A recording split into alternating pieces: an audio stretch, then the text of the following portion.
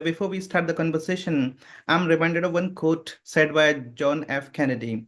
He says the great enemy of truth is very often not the lie, deliberate, contrived, and dishonest, but the myth, persistent, persuasive, and unrealistic. Welcome to Sapiens Talks, where we always talk about something different, something which always deals with the life and the things which we need to know, and something which is going to give us some new, fresh perspectives about life and about things that we always deal with. And today here we are going to talk about the what makes a successful politician, what makes a successful leader. One ideology, oratory skills, and this is something which makes a successful leader. But we need to talk about different things which will serve as eye opener, and which we need to keep into account while we are going to elect our leaders, while we are going to elect a government, because ultimately these people are responsible for taking care of our interests, and these people are responsible for shaping the future of the country. And so this is very much important for us to keep all these things into account while we are choosing our representatives, while we are choosing the leaders, right? So Robin, let's start the conversation and let people audience must know what the conversation is all about, although I've just shed a bit of light, but at the same time I want you to speak a bit about it, and then we'll be going deeper into it. Okay, good evening to you and good evening to everyone. This topic, in one line, I can say, is the need of the hour.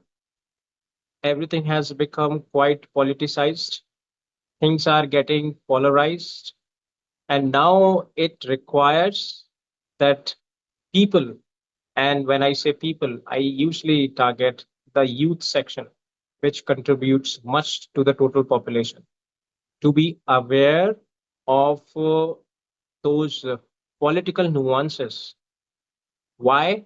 Because we need our youth to come as a frontier and to start reasoning every question, every step, policy, every rule or ordinance that is formulated, that is enacted right from the government side for the welfare of the people. And therefore, we need to understand this very categorically. What? That how we can understand the character of a politician. It's really important.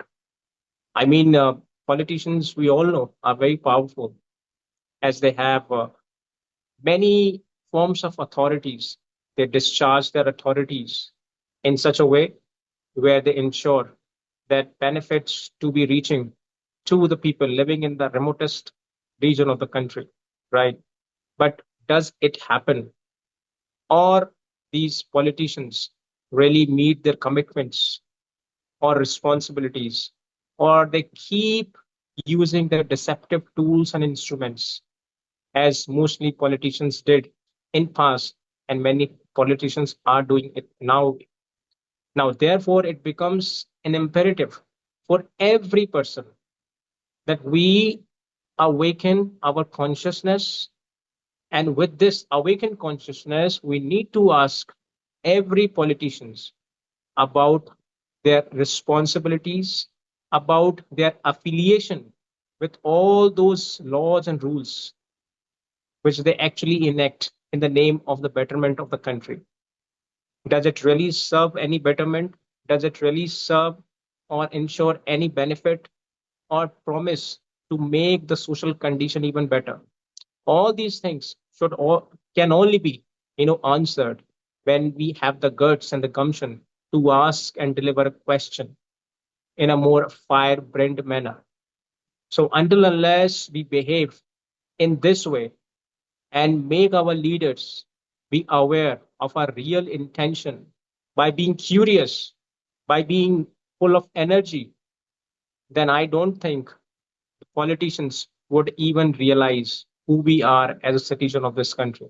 So this is the right time for making these politicians realize the power of the citizens. And therefore, we have to be more responsible than the leaders are. Once we start displaying ostentatiously our responsibilities, our awareness, our education, literacy through proper application of reasoning every single moment when it requires, even to ask about the reason, the purpose of any particular law. In this way, we will really be able to form a good society, a strong society. At least it will lay down a strong foundation for the society. All these things are really, really important according to me. But before we start this, we need to understand that what is the character of our politician, because it is us who we are electing, right? So therefore, it's our duty to be very thoroughly investigating the very identity, the consciousness, or the ability, or the overall competency of our leaders. Once we are affirmed with all these things, then I think we can give them a green signal to come and to discharge their responsibilities for the betterment of the society and to elevate an overall social status of the country, leading a country ahead in the global race. So all these things we are going to discuss particularly in this video, and let's see how this discussion goes on, but we'll try to keep intact ourselves on the moot point. And the moot point is what is the character and how we understand the character of our politicians. Over to you. As you talked about character, this is the only trait I consider to be the most valuable trait a person has, right? Because if means a person's character is gone, then everything is gone. It's been said by somebody, the beautiful lines that if a person loses, to be what he she is known for, then I think they have lost everything, right? So when somebody goes against other people, when somebody loses his or her you can say faith in others, or a person ceases to be the kind of person which he is or she is known for, then we always say this person has turned out to be a chameleon. So I think Right. the animals are not as clever as humans are, and it's quite difficult to gauge a person's character. It's difficult to gauge a person's intentions. I can, as we are talking, but it's not clear, what's going in my head. A person cannot read other person's mind, and in the similar fashion, it's quite difficult to gauge the character of the leaders. But there are certain things which we can have a look at, and then we can, determine the person's character. And this is what we're going to talk about, because it's important to know the politicians and the leaders' character before we go to elect them, right? So the first thing which we are to talk about is tell me how to study the character of the leaders.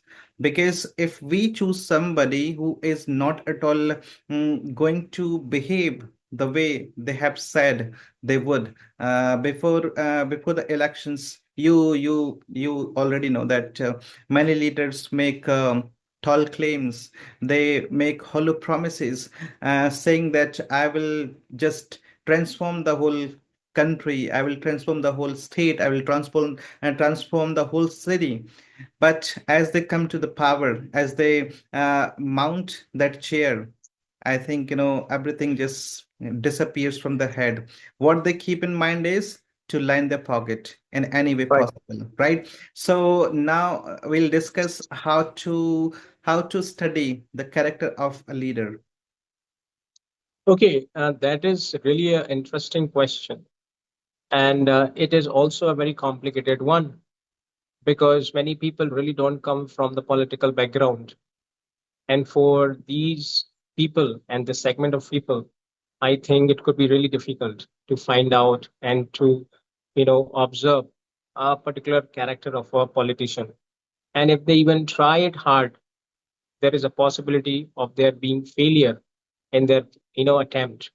So there are few things which we have to be very careful about. I call it a three-step approach.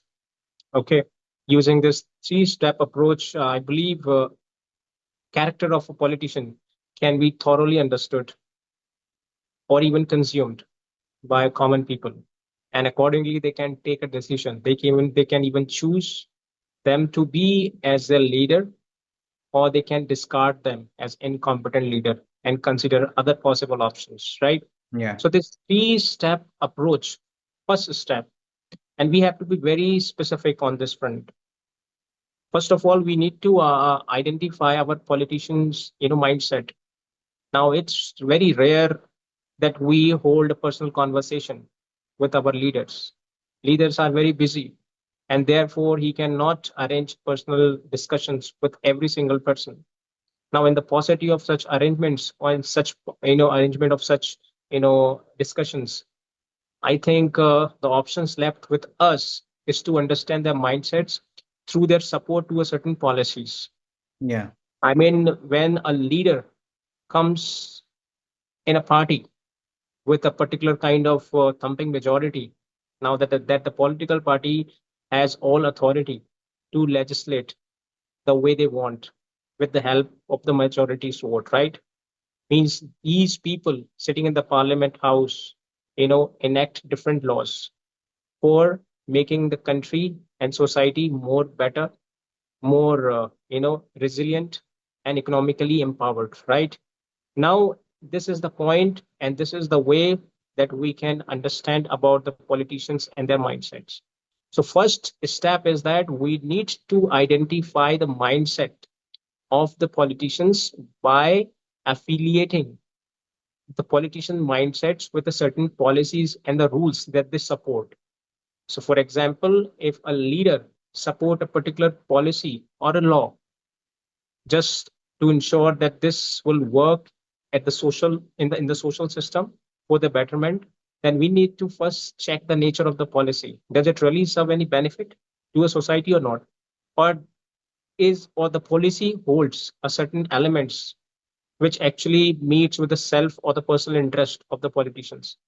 This is a very subtle part which we as a person need to understand that. And once we understand that, we at least conclude that this politicians supports those policies which actually affiliate with the nation interest. And that's what we want, Yeah. right? So the first step in easy way, we can understand that the connection between the policies and its affiliation with nation interest.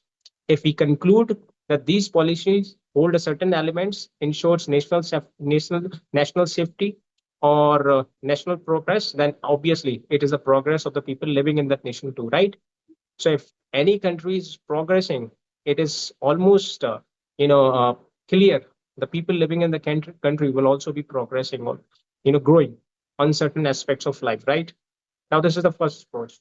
Second approach, second, we can also say that once a politician takes a certain decision on a policy, and then we have to count on how many occasions that particular politician takes retreat or withdrawal from his own commitments.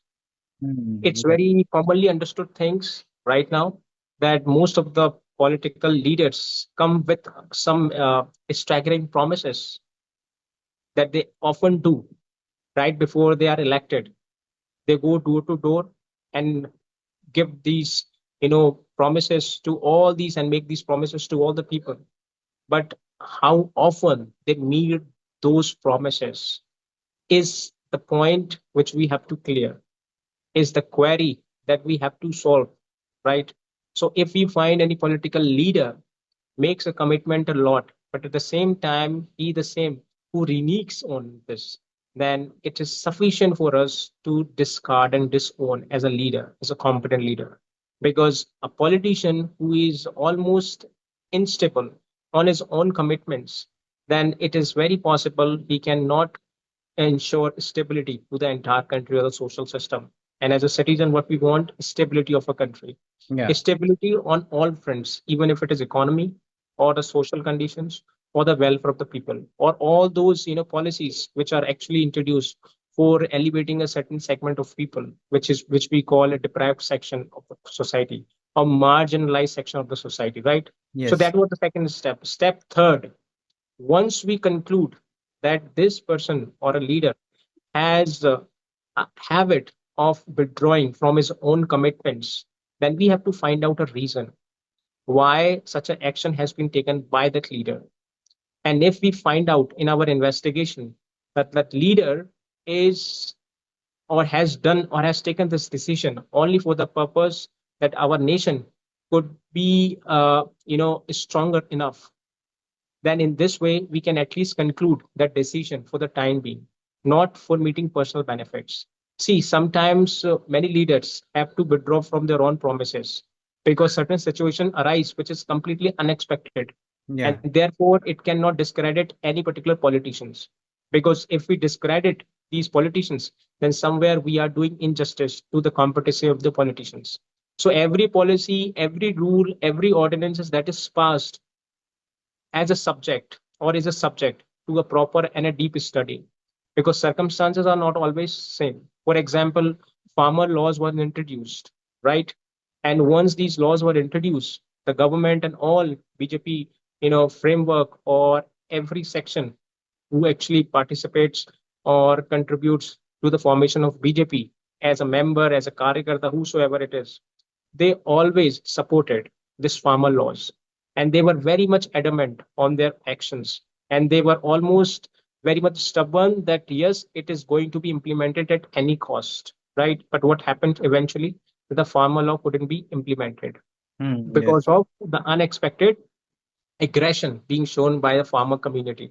And in order to protect the society, in order to protect a certain region, right, from instability, as usually happens most of the times, because this country is also full of 1.4 billion people, and administration is very marginal, specifically when we deal with particularly what when we deal with these people, right? So we need to be very much efficient and effective in order to cope with these kinds of aggressions of the people, because once it goes out of the control, then obviously it becomes really difficult to take under control, and ultimately who bears the brunt of it is the society itself. The property, the public property, loses its value, as we often see, and many times it has been done. You know, so these things have to be very much cleared. So step three was only to find out what was the reason behind you know uh, not following or not complying to a certain rule. And if it is concluded that it is just for the time being, for the progress of the country, for the stability of the country, then we can consider a politician a fit personality for the politician. But if it is found out in a particular investigation that whatever the action was taken and only was done for self interest, to fulfill wasted interest of the politician, then I think we have a strong ground to discard him, to cancel his overall authority as a politician, holding him incompetent for the society. So once we follow all these three steps, right? Step number one, try to affiliate the mind of a politician with the policy he supports. Second, what how many times a politician reneges on his own promises, means takes withdrawal from his own commitments. This will also ensure the credibility of the politician. And third, if he takes a withdrawal or retreat from his commitments, then we need to find out the reason behind it, why he does so. So if we are very clear on this front, I think we can really give a, a good or a very competent leader for the entire society, and I think that will be the victory as a whole of the country. Yes. Over to you. So you want to say that if a leader promises something and if he doesn't come up to those expectations and he doesn't fulfill those promises, I think we should not be going with such kind of fellow leaders, because somewhere this is their nature, this is their character, and they will be repeating the same things over and over again, and this is not going to be okay. Right. So, and one more thing, that we should be very much focused on other things as well. For example, as at the time of election, they make so many promises, right? So before we go to elect them, we should be having a very close eye at their track record, because what the past of the person is, and if we are quite assured about the person's past record, and we are satisfied with that, we have no Right. addition to that, I think we can go with the leader because nature doesn't change that quickly. If the person was not at all trustworthy in the past, he or she is not going to be trustworthy in the future as well, because Right, nature always remains the same. It is just like climate. And right, sometimes habits are just like weather. It can change, right? People can adopt new habits. They can kick right, other habits, but character, that is just like climate. It is going to be there for a longer period of time, right? The next thing which we have to discuss is, and tell me, as we know that these leaders, these politicians are no good orators. I mean, they have got phenomenal command over the language, and they can easily play with the emotions of the people. They know, they can touch the nerve of the people, right? They know what the weaknesses are, and they can take advantage of these, they know these weaknesses. So with the moving words they use, they can influence anybody. And this is what these leaders do. So and why do they do these kind of things? Because they just want to get benefited from every situation, right? So this is what you will tell me. Tell me the oratory skills which they have and which they often utilize. um, do they use these oratory skills of theirs just to get benefited, or they are going to be useful for the society and for the country, just because they can let people know very clearly that they are going to work for them, through through these skills of theirs, I mean oratory skills. How are we going to be benefited, and how this is going to be at times quite a disadvantage for people of the country and people of the state. right.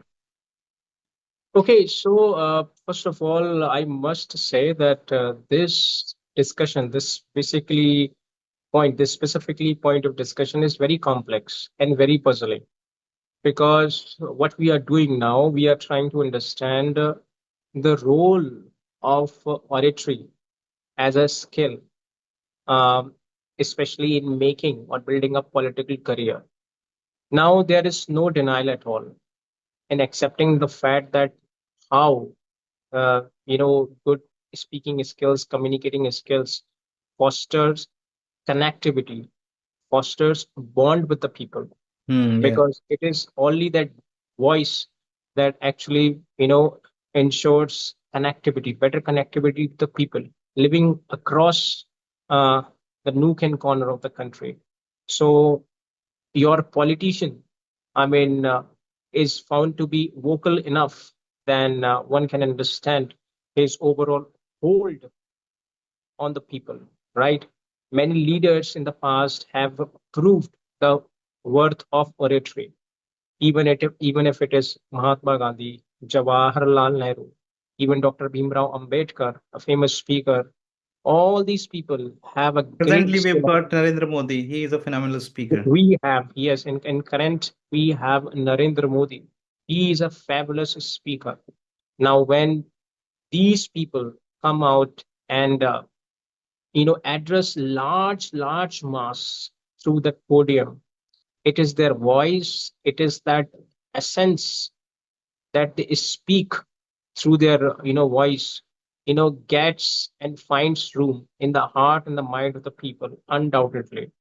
So the first thing which we have to admit without if and but is that oratory plays a very crucial role in shaping political career.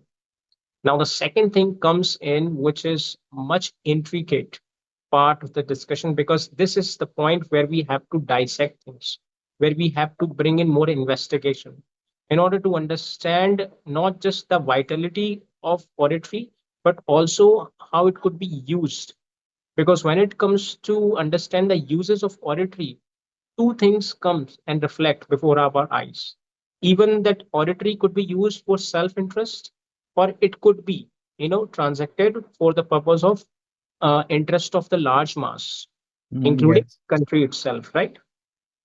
Now, politicians, as we have already discussed, have a lot of responsibility on them, and they have to discharge it very sincerely, right?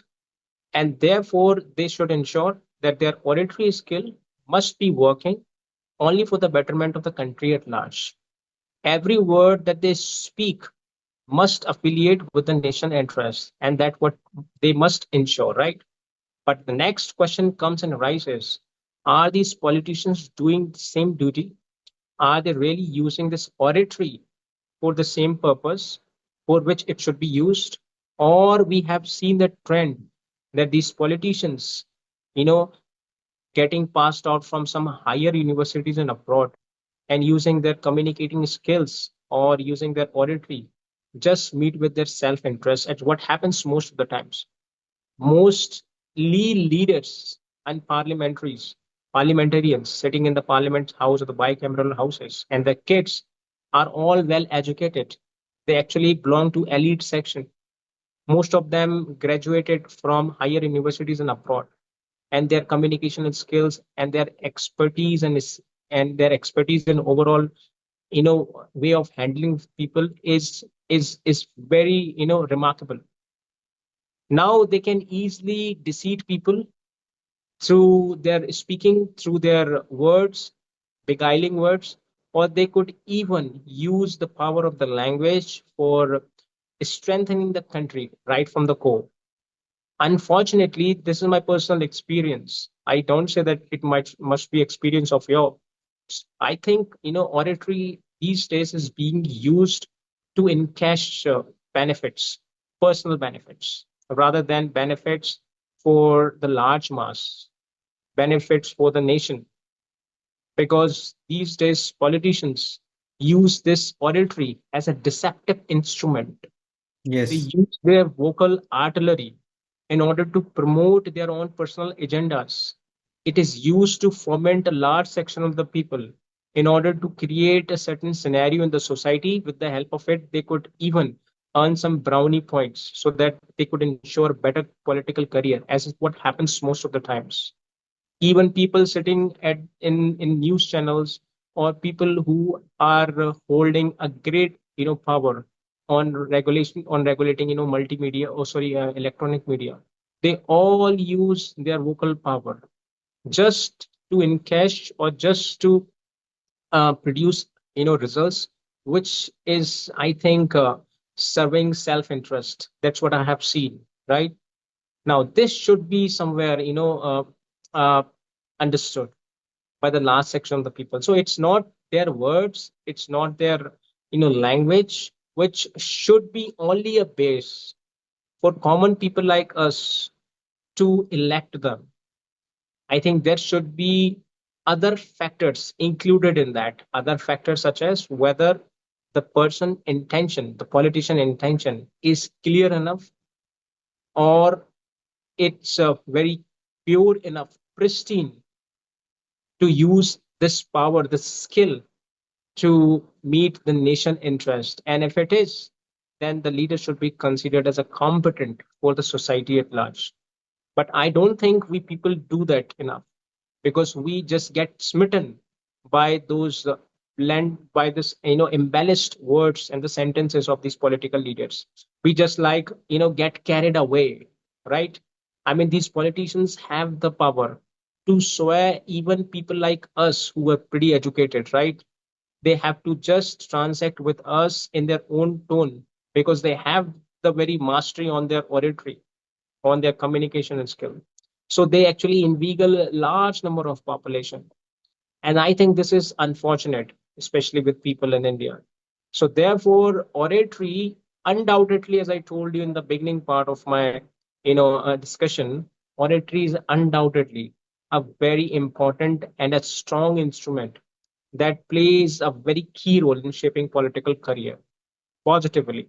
But at the same time, since it's a very important tool, there is a possibility of its being misused, and possibly we see that it is overly misused these days. And once it happens, I think it is the society that faces, I think, a massive loss on all fronts. First, that it inveigles, persuades a large section of the people, specifically uneducated one, and these uneducated and illiterate people continue their support to these leaders, and these leaders continue to corrode the society from the core, leading the country to its complete and a final downfall. So therefore, we have to be very clear on this front by asking oneself or ourselves a question: is this oratory of a politician being used for the betterment of the society or meeting up with the nation interest, or it is doing some self-service? And the answer will decide our perspective decisions, prospective decisions. Over to you. And the most important thing, especially for the leaders and for the politicians, is that they've got certain ideology and which they always follow, right? But there are certain people, there are certain politicians who always are, opportunist. When they find that the ball is in somebody else's court, Right, they they become a turncoat, right? They just turn right, their coat and they join the right, other right. party. They just even change the ideology, and this makes them untrustworthy, right? So we are talking about ideology, right? So it's ideology of prevailing needs of a society to set the political course. Means what sets the political course? Is it the ideology or the prevailing needs of the society? What sets the course for these politicians? I think it's not very tough to understand because or it's not even difficult according to me. Every person has a certain set of rules which actually governs the identity of a person, right?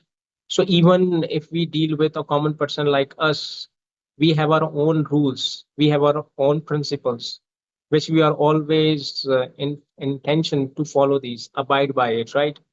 So is with the condition of all these politicians. But when we deal with these politicians display their different ideologies, and these ideologies are nothing but their thought process. How do they understand about the country?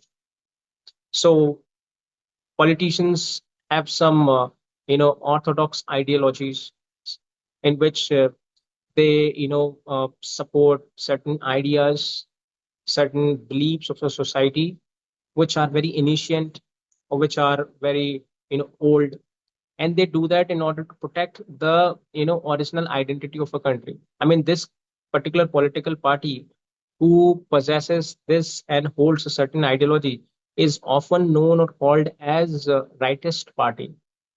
In simple word, we can say rightist parties and rightist ideology is that ideology which supports immensely cultural belief system of a society.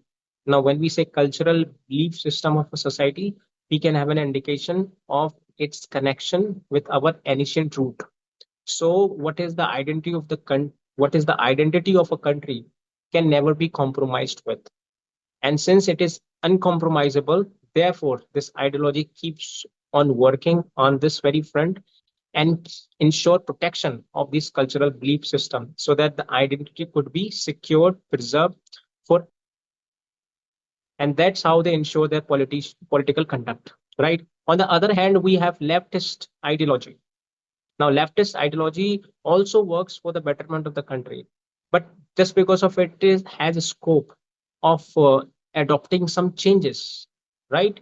For example, Congress party is said to be a leftist party, and BJP is said to be a rightist party. So you will understand Congress party through their support to a certain policies, certain rules and legislations.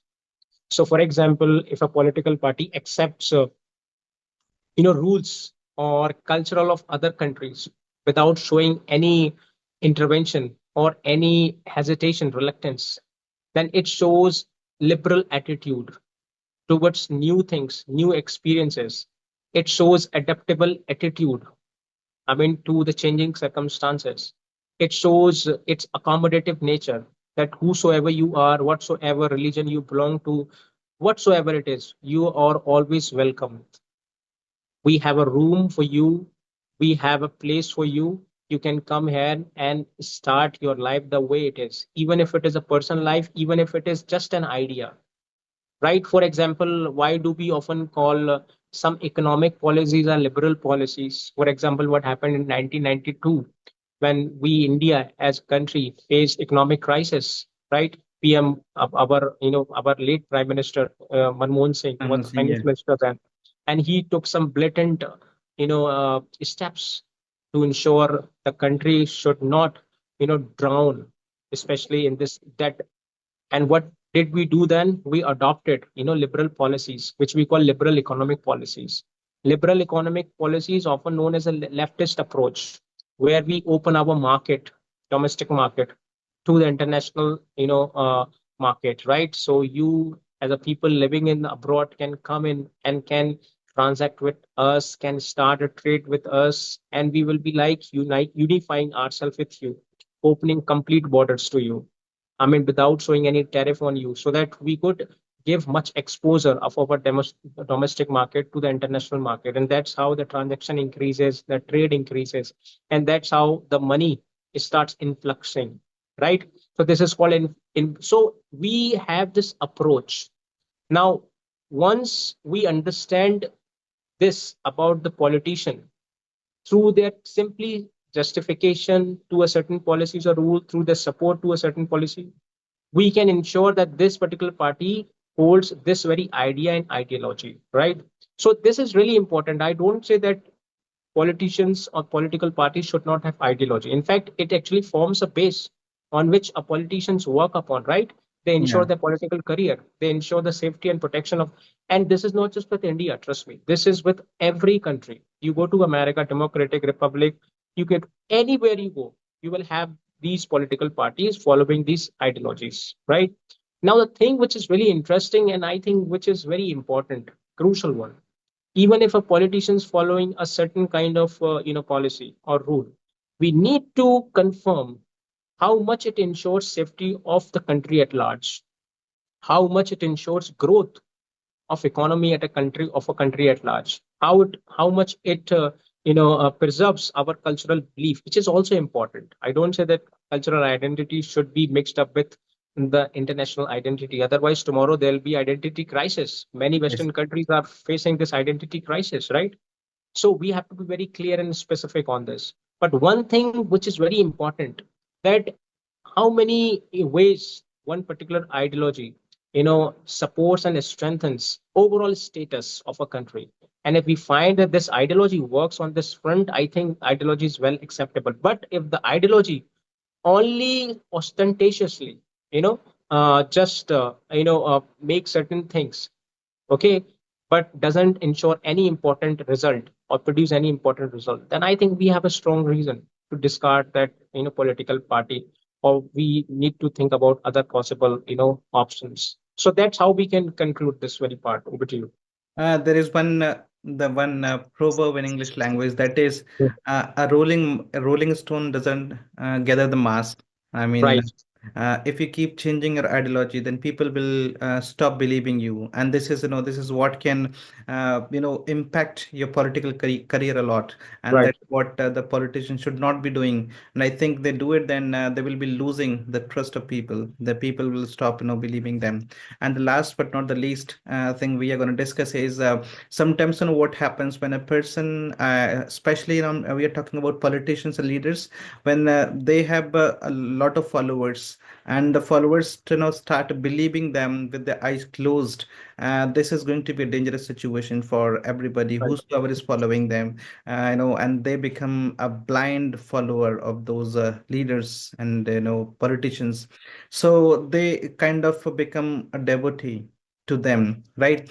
So tell me, devotion to politicians, is it really going to be beneficial for the country and for the people, or what is it? Is it an immunity to the to a political leaders? Because sometimes, what happens when they have got so many people who are the blind followers, or they are the devotee of these these leaders. They start utilizing, or they can start using them as a weapon for them, and this can serve as a Right. immunity to these leaders. What do you think about it?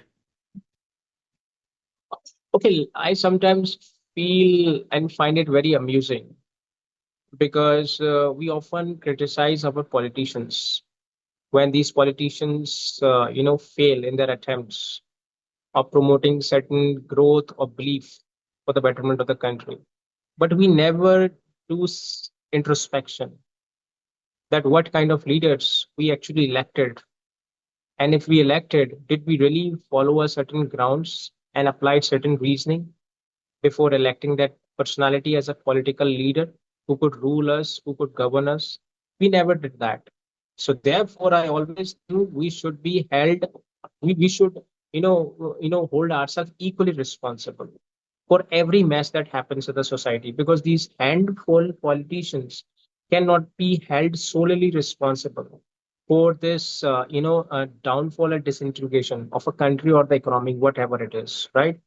Now, once we are affirmed on this very point, the second thing which we need to understand, that whenever we try to, form any idea about a political leader, I mean, it's all okay that you are inspired and motivated by a personality, but your motivation and your inspiration cannot be sufficient and adequate to justify the overall conduct of a politician, especially when that political party is in the doghouse where he has to respond to a certain questions for the for malfeasance in certain policies, right? Which means that if a politicians, enact certain rule or makes any law, then does these law support or work in any way, ensure any safety of the country, protection of the country, growth, economic growth of the country?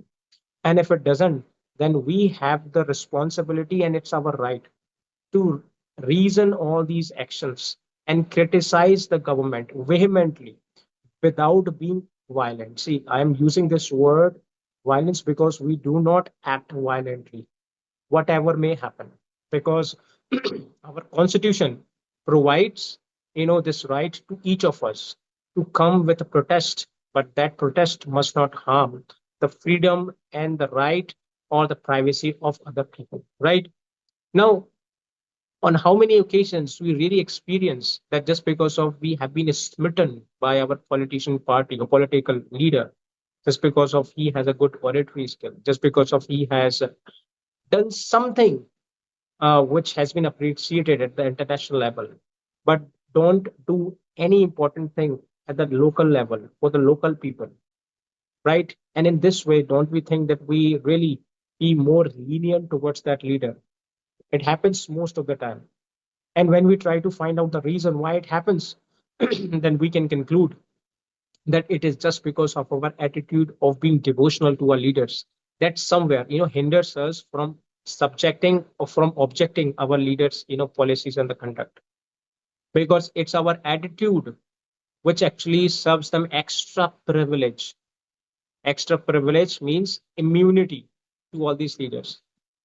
Immunities to what? That they can do whatever they want to do just because of they have gained a mass vote or a popular vote, and therefore they have got this immunity, which means that will give them security, protection for everything, for every conduct, even the conduct is not justifiable.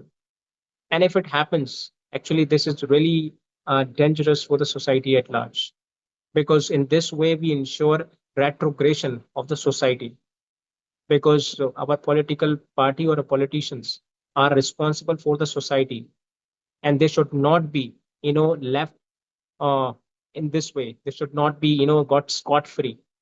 They need to be brought before the people, as what happens in America. Do you know that how a particular process of election is conducted in America? Those nominated two leaders who actually are going to be the president of the United Nations are set together face to face among or amid large number of people. 99.9% people standing there, sitting there are all educated, prepared, prepared with their, you know, questions, right? Now, in this way, they actually ask these questions, these leaders questions, and if they find a certain leader is responding well with all reasons and also showing ability to carry out these rules, I think they appoint and elect the same leaders. I think it doesn't happen in India at all. So the first and the last thing which I would say on this very point is that we should never be devotee to our leader, irrespective of how skilled our leader is, how intellectual, our leader is and how able our leader is. Because leader, when comes and under certain power, then he becomes authority. And if we keep devotee, or if we keep, if we keep treating him as a some worshipping figure, then it's a chance that its purity might be adulterated. And as what happens most of the times, that the political leaders succumb to this temptation of their power and start misusing their power for the self interest by doing self service, leaving the fate of the country right to the citizens of the people. So this, I think, we should be very careful about. Over to you.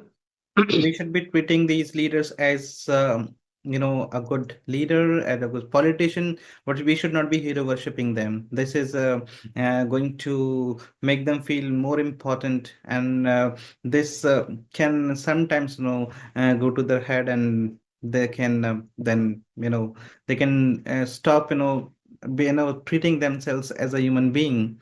They may become dominant, very dominant, right? And this is Right. going to be quite bad for the whole country, right? So this is what we wanted to say. I mean, through through the whole discussion, we got to know that how we can identify the most promising leaders, which can sorry, who can come out and who can get ready to shape the future of the country, right? Who can take this country to the next level, who can take this country to the top. And what are what are the areas, just by looking at those areas, we can identify the best of the leaders, Right. and we can elect those representative of ours who are going to make this country a better place to live, right? This is Right. what we want as a citizen, right? So this is what we wanted to talk, and we will be coming with some exciting episodes and some insightful discussions, so that the people and the audience will get to know